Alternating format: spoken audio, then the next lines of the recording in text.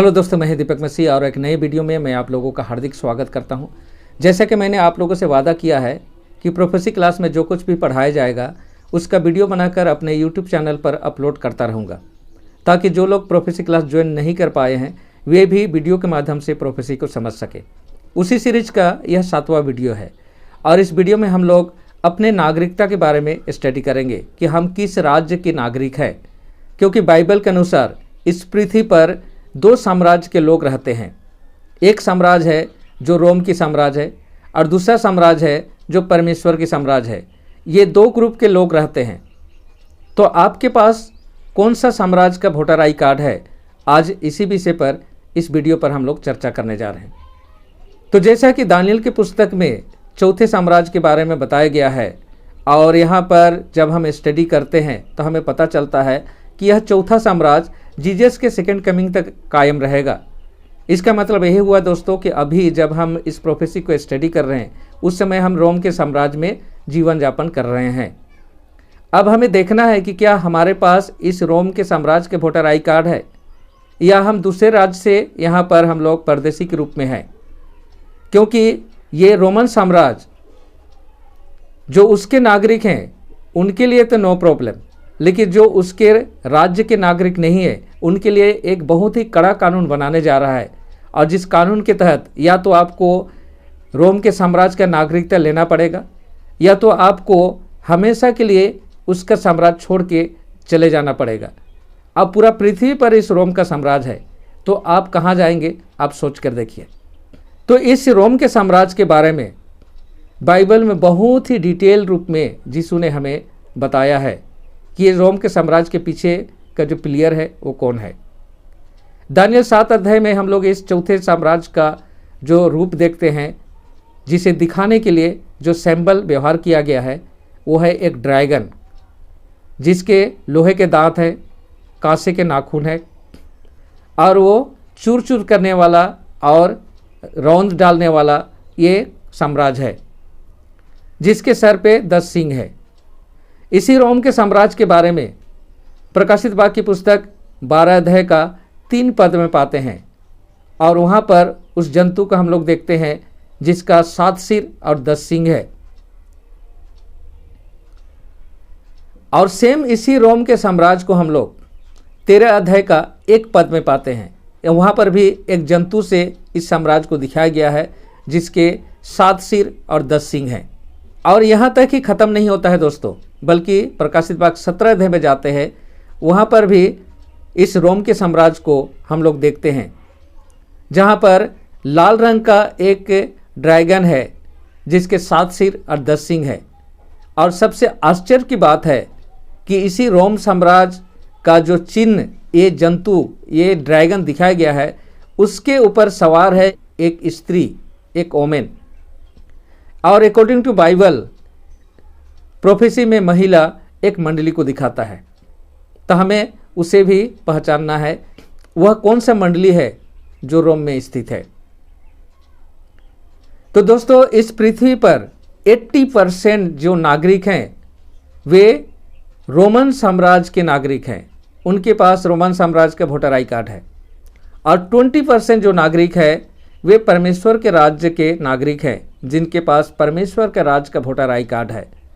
लेकिन जो लोग परमेश्वर के राज्य के वोटर आई कार्ड लेकर इस रोम के साम्राज्य में रह रहे हैं, उनके लिए ये रोमन साम्राज्य बहुत ही कड़ा नियम बनाने जा रहा है, जिस नियम के तहत ये 20% जो परमेश्वर के राज्य के नागरिक हैं, सबसे पहले उनका आइडेंटिफिकेशन किया जाएगा और उसके बाद उन्हें ऑप्शन दिया जाएगा, या तो आप हमारे देश के नागरिक बन जाइए, वोटर आई कार्ड बनाइए और आराम से रहिए, अन्यथा आप लोग को देश छोड़ के जाना पड़ेगा। अगर नहीं जाते हैं तो आपको ओनली पनिशमेंट है डेथ पनिशमेंट।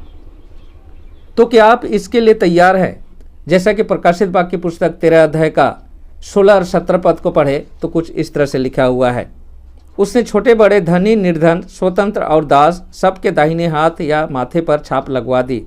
और उसने यह प्रबंध किया कि जिसके पास उस पशु का नाम या उसके नाम की संख्या की छाप हो उसको छोड़ और कोई व्यक्ति लेन देन न कर सके। तो यहाँ पर जो पशु है जो 13 अध्याय में या 12 अध्याय में जो ड्रैगन है या 17 अध्याय में जो ड्रैगन है या दानियल 7 अध्याय का जो ड्रैगन है, ये सभी एक ही साम्राज्य के बारे में बताते हैं दोस्तों, वो है रोम की साम्राज्य। लेकिन ये अलग अलग समय को दर्शाते हैं, किस तरह से यीशु के जन्म से पहले यह साम्राज्य डेवलप होता है और यीशु के जन्म के बाद अब तक, जब अभी हम लोग इस प्रोफेसी को स्टडी कर रहे हैं, इस रोम का साम्राज्य अभी भी पूरा वर्ल्ड में कायम है। अगर इस रोम के साम्राज्य का इतिहास को हम लोग देखें तो हमेशा से यह साम्राज्य यीशु के विरोध में, यीशु के फॉलोअर के विरोध में ही युद्ध चलाया है। अगर इतिहास में जाते हैं तो हम पाते हैं कि यीशु का इस पृथ्वी पर मनुष्य के रूप में जन्म लेने के समय ये रोमन साम्राज्य था और रोमन साम्राज्य का एक शासक हेरोद यीशु को मारने की कोशिश किया था। और जब यीशु प्रचार काम शुरू किया, जब यीशु अपने साम्राज्य का विस्तार करने लगा, तो उसे क्रूसिफाइड करने वाला कोई दूसरा साम्राज्य नहीं था, रोमन साम्राज्य ही था। और उसके बाद यीशु के फॉलोअर्स यानी फर्स्ट सेंचुरी से जो यीशु का चर्च, यीशु का मंडली जो शुरू हुआ, उसको सताने वाला भी कोई दूसरा साम्राज्य नहीं बल्कि रोम का साम्राज्य है।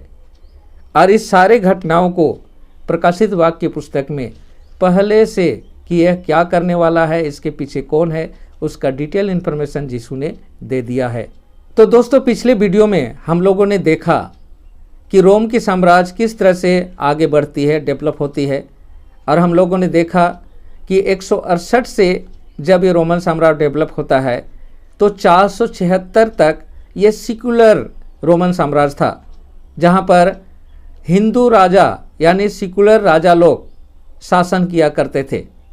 लेकिन 476 आते आते ये 10 टुकड़ों में बंट जाता है और उसके बाद एक और राजा उठता है जिसके बारे में दानियल 7 का लिटिल हॉर्न के रूप में देखा गया है। और वो किस तरह से उठता है उसके बारे में मैंने पिछले वीडियो में बताया है। आप इसे समझने के लिए आप पिछले वीडियो को अवश्य देखें। तो ये जो लास्ट राजा है वो कोई दूसरा नहीं है दोस्तों, बल्कि रोमन कैथोलिक चर्च का बिशप, जिसे पोप कहा जाता है, वही उसी सिंहासन पर अभी राजा के रूप में शासन करता है। और ये रोमन कैथोलिक चर्च ही है जो पूरे दुनिया में फैला हुआ है और उसके नागरिक पूरा वर्ल्ड में है। 90% उसके नागरिक है क्योंकि उनके पास इसी रोमन कैथोलिक चर्च का वोटर आई कार्ड है। अब मैं आपको बता दूं कि इस रोमन कैथोलिक चर्च का वोटर आई कार्ड कहाँ है। और बाकी जो 10% होंगे वही लोग हैं जो परमेश्वर के राज्य के नागरिक हैं, जिनके पास परमेश्वर का राज्य का वोटर आई कार्ड है। तो वे लोग यहाँ पर परदेसी हैं। जैसा कि अगर हम लोग फिलिपियों की पुस्तक 3 अध्याय का 20 पद को पढ़ते हैं तो परमेश्वर के राज्य के नागरिक के बारे में यहाँ पर कुछ इस तरह से दिया हुआ है। परंतु हमारी नागरिकता तो स्वर्ग की है, जहाँ से हम उद्धारकर्ता प्रभु यीशु मसीह के आगमन की प्रतीक्षा उत्सुकता से कर रहे हैं। तो जो लोग इस ग्रुप में आते हैं उनका वोटर आई कार्ड, और जो लोग इसके ग्रुप में नहीं आते हैं उनका वोटर आई कार्ड, कौन सा वोटर आई कार्ड है उसे समझने की ज़रूरत है। तो चलिए सबसे पहले जो परमेश्वर के राज्य के नागरिक हैं उनका वोटर आई कार्ड को समझ लेते हैं।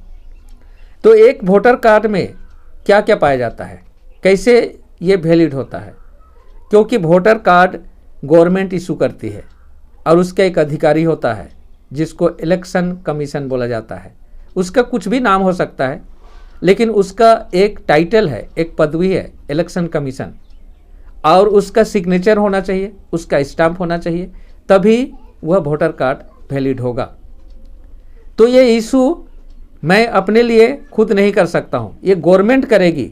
जिस गवर्नमेंट के अधीन मैं रहता हूँ वहाँ की नागरिकता यदि मुझे मिलती है तभी ये मुझे ये वोटर आई कार्ड दिया जाएगा।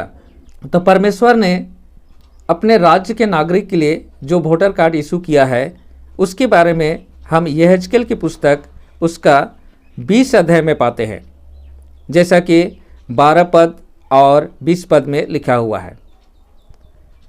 और मैंने उनके लिए विश्राम दिन भी ठहराए जो मेरे और उनके मध्य चिन्ह ठहरे, जिससे जान ले कि मैं यहोवा उनका पवित्र करने वाला हूँ। 20 पद में लिखा है, मेरे विश्राम के दिनों को पवित्र मानो, वे मेरे और तुम्हारे मध्य चिन्ह ठहरे, जिससे तुम जान लो कि मैं तुम्हारा परमेश्वर यहोवा हूँ। तो दोस्तों, यह वचन हमें यह बताती है कि परमेश्वर के राज्य के नागरिक होने के लिए परमेश्वर ने हमें एक चिन्ह दिया है, और वह चिन्ह एक वोटर कार्ड की तरह हमारे लिए है। तो वह चिन्ह कौन सा चिन्ह है? विश्राम का दिन है। वो विश्राम दिन परमेश्वर ने हमें दिया है, और इसीलिए बोलता है इस चिन्ह को तुम हमेशा याद रखना। दोस्तों, मैं आपको बता दूं कि कानून के तहत आपको जिस राज्य में रहते हैं उस राज्य के वोटर आई कार्ड रखना अनिवार्य है। अन्यथा अगर आप दूसरे राज्य का, दूसरे देश का वोटर आई कार्ड लेकर उस राज्य में रहते हैं तो आपको विदेशी और घुसपैठिए घोषित किया जाएगा और आपके विरुद्ध में कानूनी कार्रवाई की जाएगी। और यदि कानूनी कार्रवाई की जाएगी तो उनको पनिशमेंट भी मिलेगा। और क्या पनिशमेंट मिलेगा? इससे डुप्लीकेट वोटर कार्ड रखने वालों को, उसको हम लोग निर्गमन की पुस्तक 31 अध्याय का 13 पद से पाते हैं। यहाँ पर दिया गया है, तू तो इजरायलियों से कहना, तुम मेरे विश्राम के दिनों को अवश्य मानना, क्योंकि मेरे और तुम्हारे बीच यह एक चिन्ह ठहरे, जिससे तुम जान लो कि मैं ही यहोवा जो तुम्हें पवित्र करता हूँ। इसलिए तुम विश्राम के दिनों को मानना, क्योंकि यह दिन तुम्हारे लिए पवित्र है। जो कोई उसको अपवित्र करे वह निश्चय मार डाला जाए। जो कोई उस दिन कोई कार्य करे वह अपने लोगों के बीच से नाश किया जाए। 6 दिन काम काज किया जाए, पर 7वां दिन शब्द का विश्राम दिन और यहोवा के लिए पवित्र है। जो कोई शब्द के दिन कुछ काम करे वह निश्चय मार डाला जाए। अतः इजरायली शब्द के दिन को माना करे, वरन वे शब्द के दिन को पीढ़ी दर पीढ़ी सनातन वाचा के रूप में माना करे। मेरे और इजरायलियों के बीच सनातन के लिए यह एक चिन्ह ठहरेगा, क्योंकि 6 दिनों में यहोवा ने आकाश और पृथ्वी को सृजा, किंतु 7वें दिन उसने विश्राम किया और ताजगी प्राप्त की। तो दोस्तों, ये कानून के तहत आता है कि आप जिस देश के नागरिक हैं उस देश का आपके पास legal voter card, identification card होना चाहिए। यदि आपके पास कोई दूसरे देश का है तो आप घुसपैठिए हैं। अब इस पृथ्वी का जो लास्ट एंड फाइनल साम्राज्य है वो है रोमन साम्राज्य। तो दोस्तों, रोमन साम्राज्य का वोटर कार्ड है संडे, और इसे अपने साम्राज्य में लीगली लागू किया 336 एडी में। चलिए इसी का इतिहास को मैं बता दूं कि रोम का जो अंतिम सिकुलर राजा या हिंदू राजा बोलेंगे वो था कॉन्स्टेंटाइन, और कॉन्स्टेंटाइन 325 एडी में क्रिश्चियन धर्म लेता है। लेकिन उससे पहले जब वो क्रिश्चियन नहीं बना था, उससे पहले 7 मार्च को 321 ईस्वी में उसने संडे लॉ अपने राज्य में लागू किया था, और वह संडे था सूर्य देवता के दिन को, सूर्य को सम्मान देने के लिए। और उसके बाद हम लोग देखते हैं घटना को कि वो 325 में क्रिश्चियन बनता है, बपतिस्मा लेता है, और 330 में क्या करता है कि चर्च के बिशप को, जो बिशप सिल्वेस्टर प्रथम था जिसने उसे बपतिस्मा दिया था, उसे अपना सिंहासन, अपना साम्राज्य सौंप देता है। और इस तरह से चर्च का एक बिशप रोम का शासक बन जाता है, और यहाँ से रोम का शासन ट्रांसफ़र होता है चर्च के लीडर के हाथ में। और वही चर्च का बिशप सिल्वेस्टर प्रथम 336 में पूरा वर्ल्ड के चर्च लीडरों का एक मीटिंग बुलाता है, और वहाँ पर घोषणा करता है कि हमारा जो वोटर आई कार्ड होगा अपने राज्य का वो होगा संडे। और उसने उसके लिए लॉजिक क्या ठहराया, क्योंकि पहला दिन परमेश्वर ने ज्योति बनाया, और यीशु ने बोला मैं जगत के ज्योति हूँ, और ये पहला दिन यीशु जी उठा, इसलिए यह दिन हमारे लिए प्रभु का दिन के रूप में होगा। और इस तरह से इसको लागू किया गया और आज पूरा वर्ल्ड इस संडे को अपने राज्य, अपने देश में लीगली लागू करके इसको पालन कर रहे हैं। अब सोच के देखिए कि पूरा वर्ल्ड में कोई भी कंट्री क्यों ना हो, इस संडे को वो लोग फॉलो कर रहे हैं। संडे को छुट्टी रहता है, स्कूल कॉलेज बंद रहता है। तो इस तरह से रोम का जो शासन है, रोम का जो रूल्स है, पूरा वर्ल्ड में है दोस्तों। कुछ लोग हैं जो इस रूल को फॉलो नहीं करते हैं, वो बहुत कम है, थोड़े 10%। और ये रोमन कैथोलिक चर्च यानी रोम का अंतिम शासक जिसे पोप बोला जाता है, वो इन जो 10% जो है उनको या तो उसके राज्य के नागरिकता का प्रमाण पत्र लेना पड़ेगा या उन्हें वे पूरा अपने देश से मिटाने पर है। तो उसी के लिए एक कानून बनने जा रहा है जिसे वन वर्ल्ड ऑर्डर के नाम से जाना जा रहा है, जहां पर पूरे दुनिया के लिए एक ही कानून होगा और उस कानून को जो लोग नहीं मानेंगे उन्हें या तो देश छोड़ना पड़ेगा या तो अपना जीवन देना पड़ेगा। तो देश छोड़ के आप जाएंगे कहाँ? पूरा पृथ्वी तो उनके कंट्रोल में है।